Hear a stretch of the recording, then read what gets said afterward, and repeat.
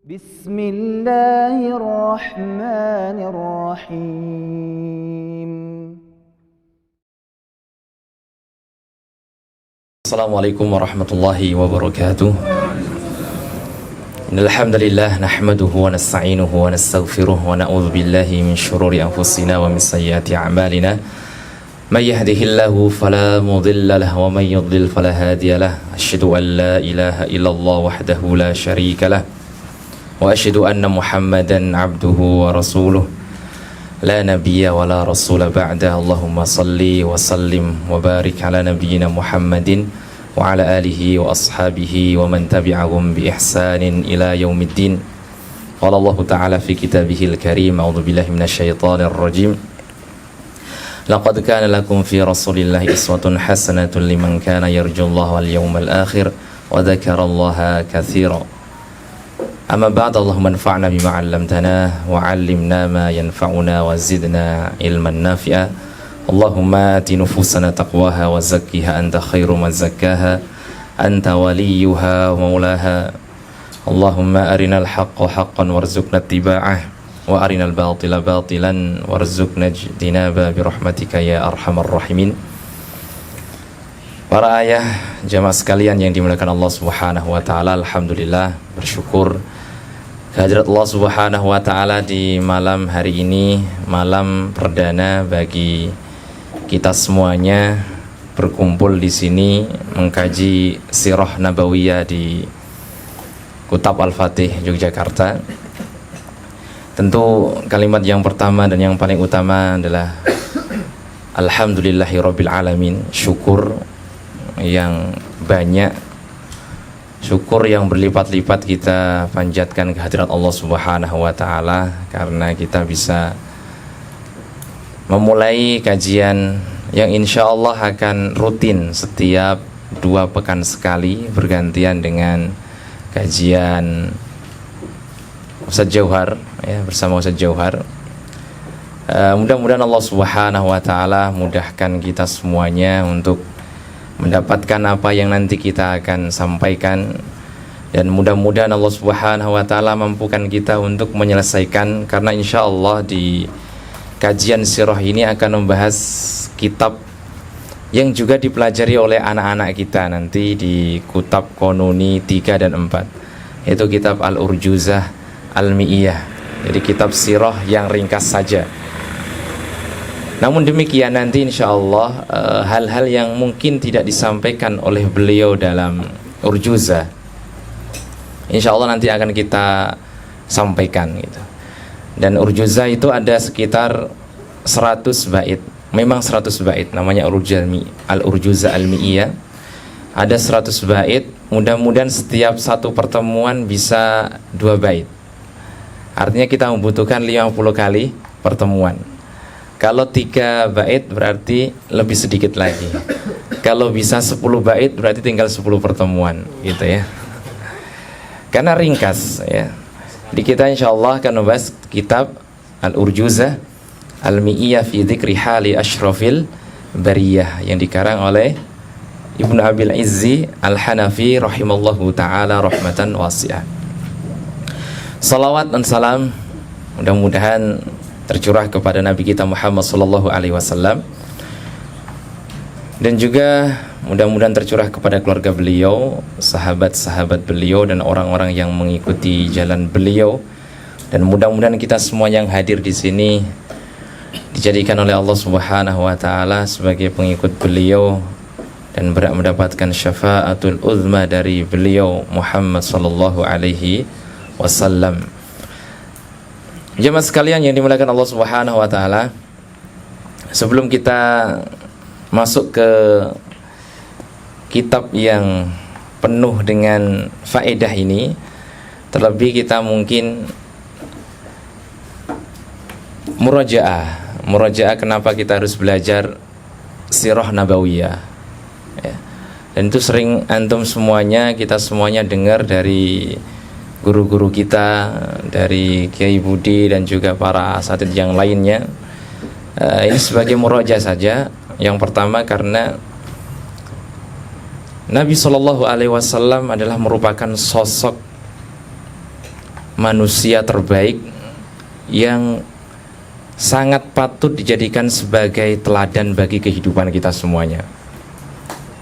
Sehingga kita perlu belajar sirah.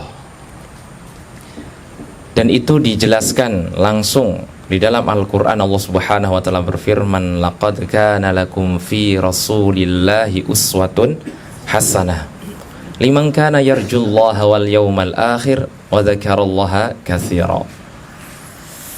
Laqad kana lakum fi rasulillahi uswatun hasanah. Sungguh ada pada diri Rasulullah sallallahu alaihi wasallam uswah hasanah, teladan yang baik bagi kalian. Liman kana yarjullaha, yaitu bagi orang-orang yang berharap bertemu dengan Allah Subhanahu wa taala, wal yaumal akhir, dan juga berharap kedatangan hari akhir, wa dzakarallaha katsira, dan orang-orang yang memperbanyak zikir kepada Allah. Nah, orang-orang yang seperti itulah yang harusnya mempelajari sirah Nabi Muhammad SAW. Orang yang berharap mendapatkan rahmat Allah, berharap dibangkitkan di hari akhir dalam keadaan baik, dan juga orang-orang yang sering mengingat Allah Subhanahu wa ta'ala harus menjadikan Nabi SAW sebagai uswah hasanah.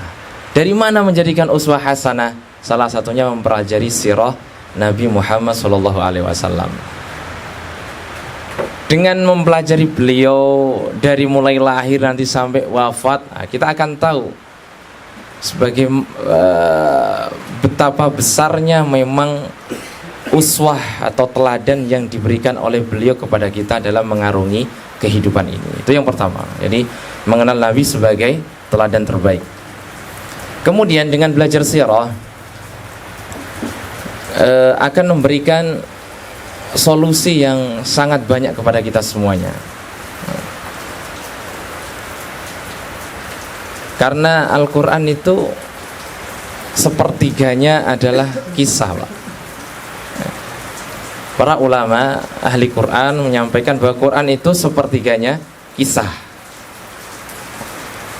Berarti sepertiga Al-Quran itu memberikan kepada kita solusi dalam mengarungi bahtera kehidupan kita di dunia ini.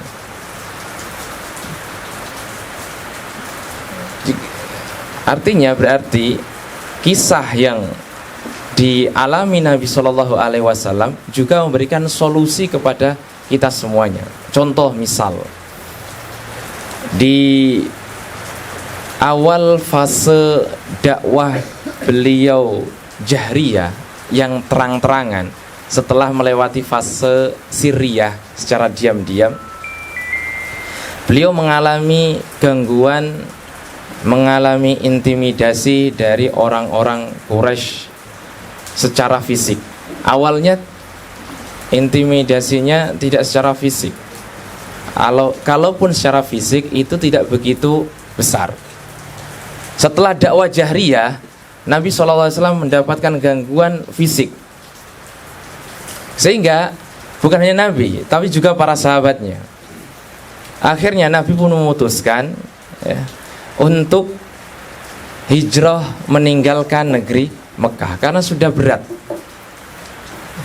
Apalagi ditinggal wafat istri tercinta Bunda Khadijah, dan juga ditinggal wafat oleh paman yang selalu membantu beliau, selalu membela beliau dengan harta dan jiwanya, yaitu Abu Thalib. Maka akhirnya Nabi pun menyuruh para sahabat untuk hijrah. Dari mana beliau bisa mendapatkan solusi hijrah tersebut? Allah Subhanahu wa ta'ala menurunkan Al-Quran, surah Al-Kahfi.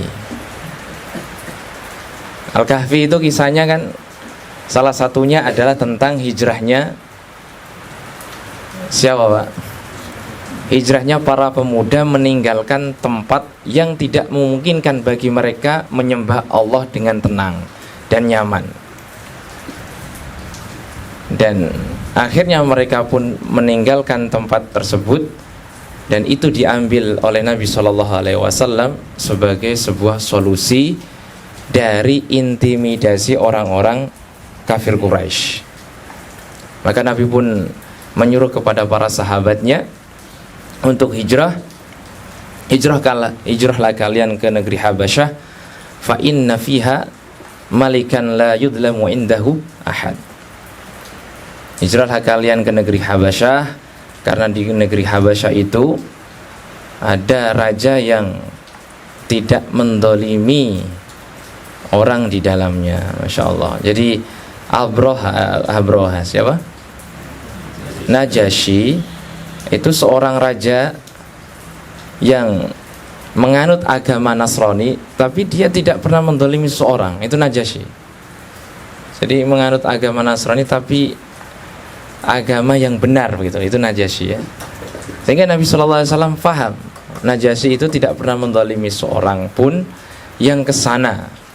Sehingga sahabat disuruh berhijrah ke Habasyah. Itu salah satu fungsi belajar sirah. Dan seorang tabi'in, cucu dari Ali bin Abi Thalib, yang bernama Ali bin Al-Husain, berkata tentang pentingnya mempelajari sirah Nabi SAW. Beliau mengatakan, kunna nu'allamu maghaziyan Nabi wa sarayahu kama nu'allamu suratan minal Qur'an. Kami, kata beliau, Ali bin Al-Husain bin Ali bin Abi Thalib, berkata kami diajari maghaziyan Nabi. Maghazi itu asalnya dari kata ghazwah. Ghazwah itu berarti peperangan. Maksudnya di sini adalah sirah. Jadi sirah Nabawiyah itu terkadang disebut dengan maghazi, terkadang disebut dengan syama'il. Sirah Nabi ya, sirah Nabi kadang disebut dengan maghazi, syama'il, terkadang disebut juga dengan dalail, kadang disebut dengan saroya dan sebagainya. Kami diajari maghazi Nabi, sirah Nabi Muhammad SAW, wasaroyahu, dan juga sama. Kalau maghazi itu peperangan yang diikuti Nabi, tapi kalau saroya itu peperangan yang tidak diikuti oleh Nabi. Jadi maghazi dan saroya sama. Kami diajari sirah Nabi Muhammad SAW sebagaimana kami diajari surah dari Quran. Kita bisa bayangkan di sini ya, betapa pentingnya belajar sirah Nabawiyah disejajarkan dengan Al-Quranul Karim.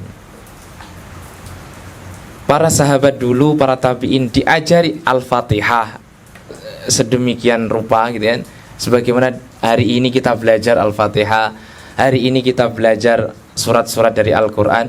Begitu ternyata dahulu para tabi'in, para sahabat diajari sirah Nabi. Mungkin ditalakikan sebagaimana mentalakikan Al-Fatihah. Mungkin dengan penekanan sebagaimana ketika belajar Al-Quran. Jadi disejajarkan, Pak. Kalau hari ini kita belajar Al-Quran dengan susah payah kan, harus ngikuti tahsin sana, ngikuti tahsin sini, kemudian ngaji di sini nggak selesai, ngaji ke sana. Harusnya begitu juga belajar sirah Nabawiyah. Harusnya begitu, Pak. Tapi sayang terkadang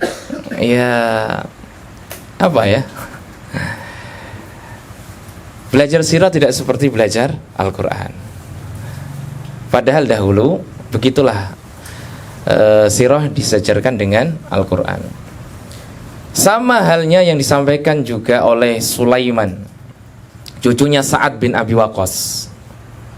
Jadi Sa'ad bin Abi Waqqas punya cucu namanya Sulaiman. Beliau mengatakan juga, aku diajari sirah Nabi, kemudian saya diajari ayahku sirah Nabi, kemudian ayahku berkata, hadhihi ma'athiru abaikum la tudayyi'uha. Ini adalah jejak-jejak besar ayah-ayah kalian. La tudayyi'uha, maka jangan kau abaikan. Jadi jejak-jejak ayah-ayah mereka bisa menjadi orang-orang hebat dahulu, caranya adalah mempelajari sirah Nabi Muhammad SAW. Jadi kalau kita ingin jadi orang besar dan anak-anak kita menjadi orang besar, itu belajar sirah Nabawi. Gitu Pak ya. Itu kata Sulaiman, cucunya Sa'ad bin Abi Waqqas. Berikutnya, apa pentingnya belajar sirah Nabawiyah? Sirah membantu kita dalam memahami Al-Quran dan As-Sunnah, Pak. Dan itu sangat jelas. Tidak mungkin orang faham Al-Quran atau faham Sunnah Nabawiyah kecuali dia harus memahami sirah Nabi. Terkadang ada ayat yang secara teksnya A, tapi ternyata kalau dilihat dari sisi sirah dahulu, ayat ini diturunkan seperti apa, ternyata maknanya B, bukan A. Contoh misal, dahulu Abu Hurairah radhiyallahu taala anhu pernah mengoreksi pemahaman tabi'in. Tabi'in adalah orang-orang yang beriman, yang bertemu dengan sahabat, beriman kepada Nabi, tidak bertemu dengan Nabi, bertemu dengan sahabat. Beliau Abu Hurairah mengoreksi para tabi'in tersebut disebabkan mereka tidak tahu tentang latar belakang sebab turunnya sebuah ayat. Jadi mereka melihat saudaranya bertempur ke medan pertempuran, langsung masuk ke tengah-tengah barisan musuh. Lah orang yang langsung masuk ke barisan musuh tersebut mati akhirnya. Karena apa namanya? Ya semangat kan gitu ya. Semangat. Tabi'in yang lain melihat keadaan saudaranya tersebut, mereka mengomentari. Kemudian mereka membacakan sebuah firman Allah Subhanahu wa taala, "Wa anfiqu fi sabilillahi wa la tulqu bi aydikum ila tahlukah. Wa ahsinu innallaha yuhibbul muhsinin." Mereka mengatakan wala tulqu bi aydikum ila tahlukah. Jangan kalian lemparkan diri kalian ila tahluka kepada kehancuran. Artinya dia menyindir bahwa orang yang langsung terjun ke barisan musuh itu seperti melemparkan diri ke dalam kehancuran. Mendengar hal tersebut, sahabat mulia Abu Hurairah radhiyallahu taala anhu, kemudian beliau mengatakan, bukan begitu maksud ayat itu. Gitu Pak. Pemahaman kalian terhadap ayat itu salah. Dan salah pula kalian menilai saudara kalian. Dahulu ayat ini itu diturunkan oleh Allah Subhanahu wa taala. Hadhil ayah nazalat fina hina masa'at akhlaquna. Ayat ini itu diturunkan oleh Allah Subhanahu wa taala ketika buruk akhlak-akhlak kami. Gitu. Jadi karena Abu Hurairah faham tentang sirah, ya kan? Tentang dahulu gimana sih ayat ini turun kepada Nabi SAW, dia akhirnya bisa membenarkan komentar atau pendapat para tabi'in yang salah menilai saudaranya, Pak. Coba, Pak. Gara-gara tidak tahu sejarah turunnya surat, gimana surat itu diturunkan kepada Nabi, salah memahami. Ternyata penting kan, ya, memahami sirah nabawiyah. Penting memahami dahulu ayat itu sebabnya apa diturunkan. Ternyata sebabnya gara-gara para sahabat itu sudah buruk akhlaknya. Apa yang dimaksud oleh Abu Hurairah saat akhlakuna buruk akhlak kami? Beliau mengatakan ketika dunia mulai dibukakan untuk kami, kata Abu Hurairah, maka kami senang duduk daripada pergi berjihad. Itu.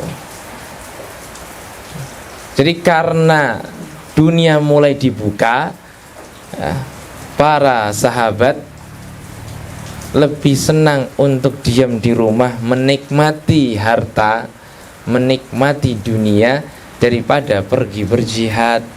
Itu seperti melemparkan diri ke dalam kebinasaan. Bukan yang bertempur melawan musuh kemudian mati. Matinya bahkan mati apa? Syahid. Bukan mati di dalam kebinasaan, bukan. Nah gitu. Bertolak belakang Pak ya, antara A dan B tadi saya mengatakan. Mereka memahami itu kebinasaan, bukan, itu justru malah mati syahid. Yang binasa itu apa? Duduk, tidak pergi berjihad. Begitu. Mungkin seperti yang dilakukan oleh saudara-saudara kita di Palestina hari ini ya. Mereka itu tidak boleh dikomentari dengan wala tulqu bi'aidikum ila tahluka, enggak boleh Pak ya. Lah perang kok enggak bawa helm besi, enggak bawa peralatan tentara, itu berarti melemparkan diri di dalam kebinasaan. Nah, itu seperti ayat ini gitu ya, sebab turunnya ayat ini, itu enggak boleh ya. Justru yang duduk-duduk nyantai, menikmati harta, menikmati dunia, itulah yang melemparkan dirinya ke dalam kebinasaan. Seorang tabi'in yang bernama Ibnu Syihab Az-Zuhri juga menyampaikan terkait dengan mempelajari sirah nabawiyah. Beliau mengatakan fi ilmil maghazi ilmul akhirah wad dunya, ilmu dunya wal akhirah. Di dalam mempelajari ilmu sirah nabawiyah itu terdapat ilmu tentang dunia dan akhirat. Artinya siapa yang mau mempelajari dunia dan siapa yang mau masuki akhirat dengan baik, maka pelajarilah sirah nabawiyah. Itu Ibnu Syihab Az-Zuhri, seorang tabi'in yang memiliki kedalaman ilmu ya, memiliki akhlak yang mulia, memiliki keagamaan yang baik ya. Beliau berpendapat mempelajari sirah itu seperti mempelajari ilmu dunia dan juga ilmu akhirat. Ada lagi juga komentar ulama mulia Ibnul Jauzi rahimallahu taala. Beliau mengatakan ra'aitul ishtighal bil fiqhi was sama'al hadits la yakadu yakfi fi salahil qalbi. Masyaallah, antum perhatikan ya. Saya berpendapat bahwa sibuk mempelajari ilmu fikih dan ilmu hadis itu tidak cukup untuk memperbaiki hati. Padahal kita, masya Allah ya, belajar fikih, belajar hadis gitu. Tapi Ibnu Jauzi ternyata mengatakan begitu. Illa an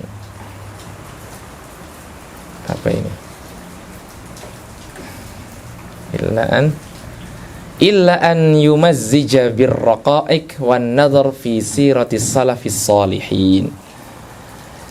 Kecuali orang-orang yang kemudian belajar tentang ar-raqa'iq. Raqa'iq itu nama lain dari ilmu tazkiyatun nafas ya. Raqa'iq, ilmu-ilmu yang lembut ya, yang melembutkan hati ya, gitu loh. Nah, itu namanya ilmu tazkiyatun nafas. Kecuali mempelajari ilmu apa? Raqa'iq. Selain mempelajari ilmu fikih dan hadis, dia harus mempelajari ilmu raqa'iq, ilmu-ilmu yang melembutkan hati. Wan nadhar fi siratis salafis salihin, dan juga mempelajari kisah sirah orang-orang salaf, orang-orang salaf soleh yang dahulu, orang-orang soleh yang dahulu. Termasuk apa? Termasuk mempelajari sirah Nabi Muhammad sallallahu alaihi wasallam. Begitu, Pak. Jadi penting, Pak, untuk melembutkan hati ya, memperbaiki hati. Enggak cukup kita ternyata belajar fikih gitu ya, masya Allah ya, dari bab tohara misal sampai bab jihad, enggak cukup ternyata untuk memperbaiki hati. Belajar hadis juga tidak cukup, harus mempelajari ilmu tazkiyatun nafas dan juga ilmu tentang sirah, tentang perjalanan hidup orang-orang soleh yang telah mendahului kita. Ada juga tambahan berikutnya sebagai kesempurnaan, kalimat dari Ibnul Qayyim. Ibnu Syihab sudah, Ibnul Jauzi sudah, Ibnul Qayyim ini.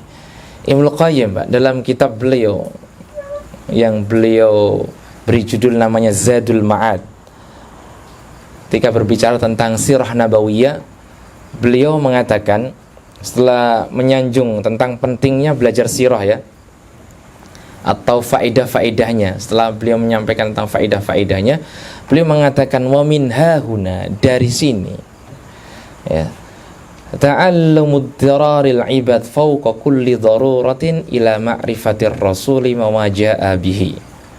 Dari sini ternyata ada darurat, kepentingan yang sangat besar ya, untuk mengetahui sirah Nabi Muhammad sallallahu alaihi wasallam, untuk mengetahui Nabi sallallahu alaihi wasallam dan apa yang dibawanya. Berarti mempelajari sirah itu adalah kebutuhan yang mendesak bagi muslimin. Itu menurut Ibnul Qayyim. Jadi mempelajari sirah itu darurah ya, fauqa kulli daruratin ya, Masya Allah, hal yang sangat-sangat penting di atas kepentingan yang lain. Kenapa demikian? Karena la sabila ila sa'adah wal fallah la fid dunya wala fil akhirah illa ala aidir rusul. Karena tidak ada jalan keselamatan ya, dan jalan, karena tidak ada jalan menuju kebahagiaan dan jalan menuju keberuntungan, tidak di dunia dan juga tidak di akhirat, kecuali ya semuanya itu ada pada petunjuk Nabi Shallallahu Alaihi Wasallam. Gitu, Pak. Itu pentingnya belajar sirah ternyata. Masya Allah. Sedalam itu para ulama mentadabburi hikmah daripada belajar sirah nabawiyah.